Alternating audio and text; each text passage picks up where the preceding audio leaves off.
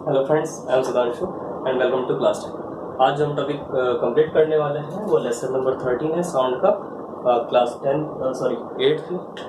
और इसको हम कंप्लीट करने के लिए हमने कुछ इंपॉर्टेंट पॉइंट्स लिख रखे हैं जिनको हम डिस्कस करेंगे।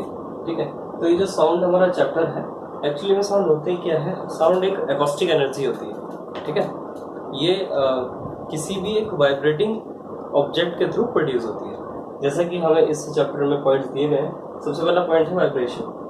अब देखो वाइब्रेशन होता क्या है, किसी भी ऑब्जेक्ट में कंटिन्यूसली मोशन है। ठीक है, किसी भी ऑब्जेक्ट में अगर कंटिन्यूसली मोशन होता है, या उसको हम डिफाइन करते हैं कि fro and forth motion of any object is called vibration, है ना।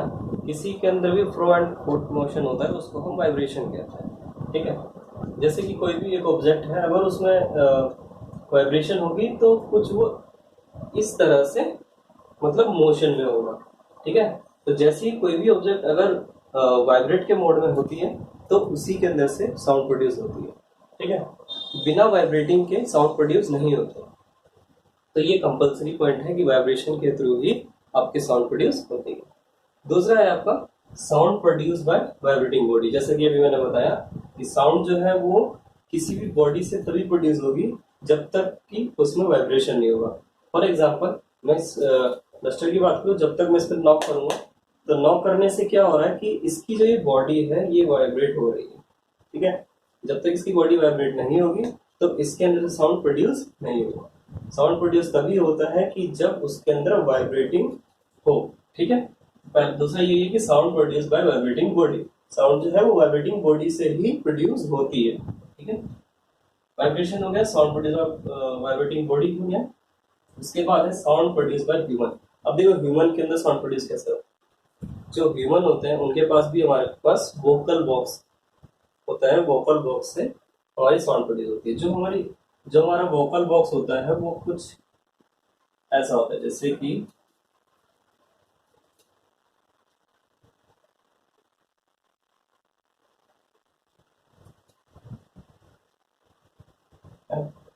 कुछ इस तरह से स्ट्रक्चर बना लो।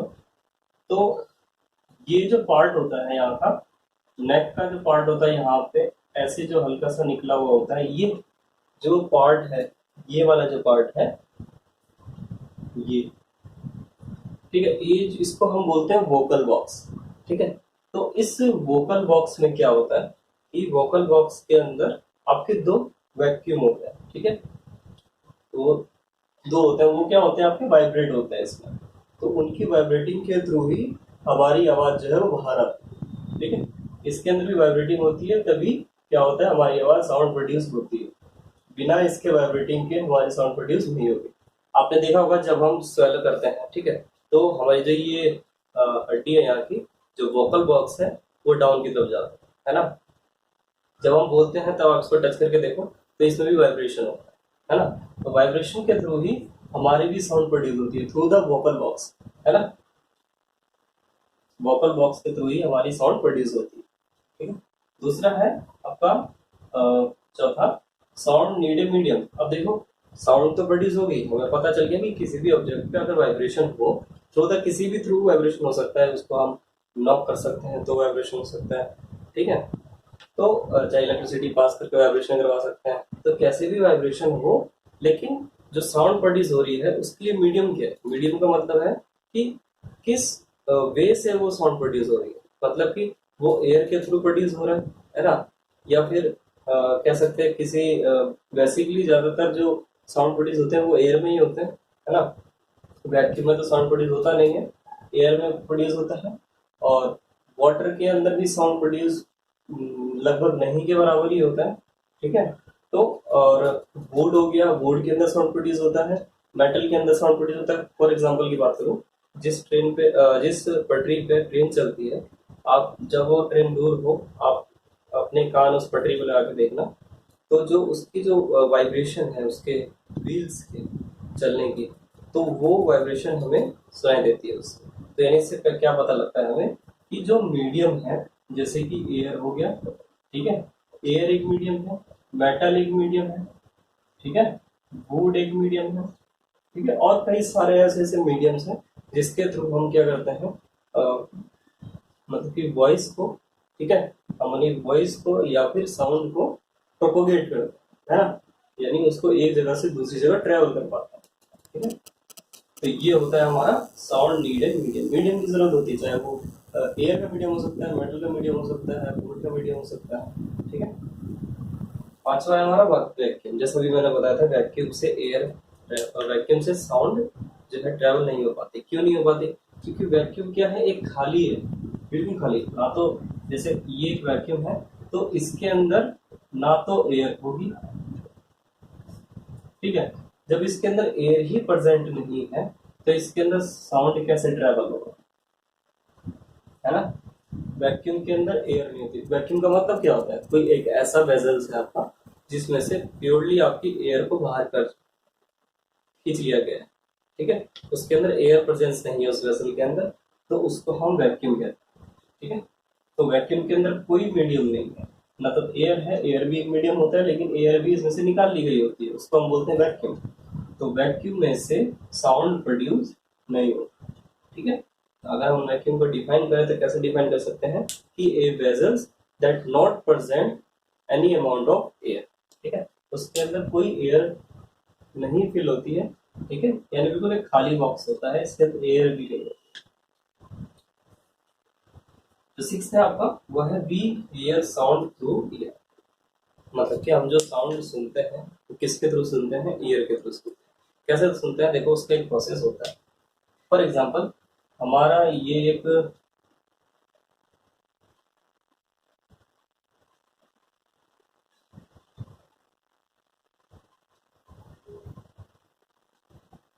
ये हमारा एक ईयर है, ऐसे हम डायग्राम लेके चल रहे हैं। तो क्या होगा, जैसे ही इसको जो आउटर पार्ट होता है, आउटर पार्ट को तो हम बोलते हैं फनल। ठीक है, आउटर पार्ट को तो हम बोल देते हैं फनल। हमारे ईयर की जो ये आउटर पार्ट होते हैं इसको हम फनल बोलते हैं। क्या होता है, जो साउंड जो आती है वो इनर जाती है, इसके ईयर के इनर जाती है। तो ईयर के जब इनर जाती है तो इसके अंदर एक होता है यहाँ पे, ठीक है, इसको हम बोलते हैं ईयर ड्रम। अब देखो ये ईयर ड्रम क्या होता है। ईयर ड्रम एक कंसिडर रबर टाइप का शीट होती है, रबर टाइप की, ठीक है, जो हमारे ईयर के अंदर लगी होती है, उसको हम ईयर ड्रम, ये जस्ट लाइक रबर जैसा होता है।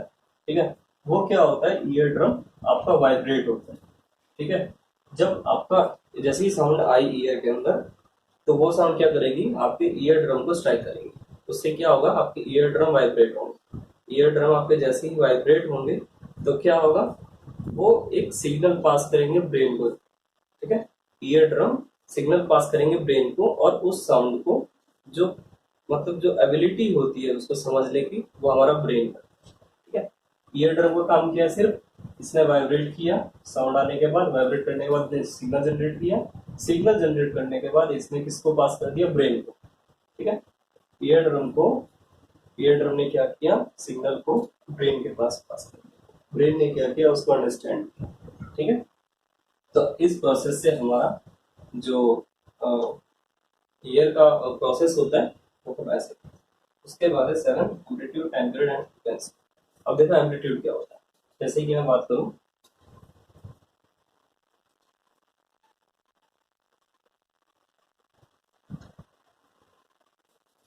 ये देखो, और ये एक साउंड सिग्नल है हमारा। ठीक है, इसको हम साइनसोडियल सिग्नल भी कहते हैं।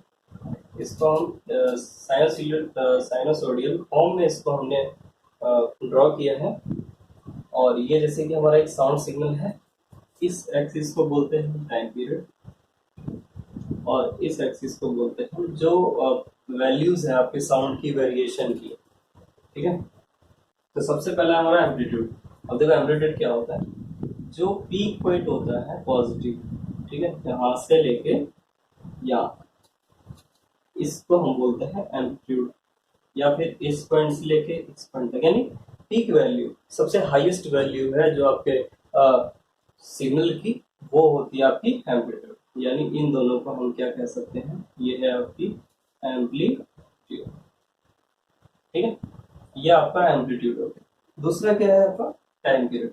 अब देखो टाइम पीरियड क्या होता है कि जो ये सिग्नल है आपका, ठीक है, कि कितने टाइम पीरियड में ट्रैवल हो रहा है।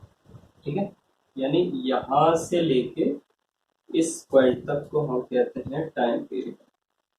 इस पूरे साइकिल यानी कंप्लीट से पॉजिटिव भी आ गया और नेगेटिव भी आ गया, इसको बोलते हैं पॉजिटिव, इसको बोलते हैं नेगेटिव। ठीक है, ये है आपका पॉजिटिव साइकिल, ये है आपका नेगेटिव साइकिल। तो इस पूरे साइकिल को हम क्या बोलते हैं, टाइम पीरियड। ठीक है, जब तक ये पूरा कंप्लीट साइकिल नहीं हुआ तो टाइम पीरियड कंप्लीट। उसके बाद है हमारा फ्रीक्वेंसी। अब देखो फ्रीक्वेंसी क्या होती है आपकी, फ्रीक्वेंसी इज इक्वल्स टू 1 में टाइम पीरियड। मतलब कि क्या है, 1 में टाइम पीरियड है, एक साइकिल में कितने टाइम पीरियड है ना। हो सकता है कि जो आपका टाइम पीरियड है वो बढ़ सकता है। ठीक है, यानी नंबर ऑफ साइकिल आपके क्या हो सकते हैं, ऐसे भी हो सकते हैं या फिर ये ऐसे भी हो सकते हैं। ठीक है, वो डिपेंड करता है आपका साउंड के साथ, वो ऐसे भी हो सकता है। ठीक है, तो आपके वॉइस के अकॉर्डिंगली आपके ये सिग्नल चेंज हो सकता है, वो डिपेंड करता है आपके टाइम पीरियड। ठीक है, एम्पलीट्यूड पे और फ्रीक्वेंसी। फ्रीक्वेंसी क्या होती है, 1 में टाइम पीरियड। ठीक है, एम्पलीट्यूड पता लग गया, highest peak of signal. Time period पता लग गया, टोटल साइकिल। ठीक है, अब उसके बाद क्या है आपका नॉइज। अब देखो नॉइज क्या होती है, जो अनवांटेड सिग्नल्स होते हैं, जो अनसर्टेनिटी प्रोड्यूस करते हैं, उसको हम बोलते हैं नॉइज। ठीक है, और देखो नॉइज हमारे लिए हार्मफुल भी है, क्योंकि अगर हम नॉइज ज़्यादा देर तक ईयर करते रहेंगे, सुनते रहेंगे, तो इससे हमारे ईयर ड्रम को भी इफेक्ट होता है। ठीक है, जिससे कि क्या होता है कि हमारी जो सुनने की जो एबिलिटी है वो कम हो जाती है ना। तो नॉइज जो है उसको हम कैसे डिफाइन कर सकते हैं, it is the unwanted signal, ठीक है, या फिर अनवांटेड वॉइस। ठीक है, उसके बाद फिर है हमारा म्यूजिकल साउंड। अब देखो म्यूजिकल साउंड क्या होता है, ये एक ऐसे साउंड है जिसको हम इंजॉय करते हैं, है ना। Basically this is those sound which we are enjoy. ठीक है, तो उसको हम बोलते हैं म्यूजिकल साउंड। इसमें क्या क्या हो सकता है, आपके इंस्ट्रूमेंट्स के साउंड हो सकते हैं, ठीक है, या फिर किसी सिंगर्स की वॉइस हो सकती है, तो इसको बोलते हैं हम म्यूजिकल साउंड। तो ये कुछ टॉपिक्स थे जो इस लेसन नंबर 13 में साउंड में हमने कंप्लीट किए हैं। इन सबको कंप्लीट करने के बाद जो हमारे लेसन नंबर 13 है वो कंप्लीट अप्रोक्सीमेट होता है। ठीक है, अब हम नेक्स्ट वीडियो में देखेंगे लेसन नंबर 14। ठीक है।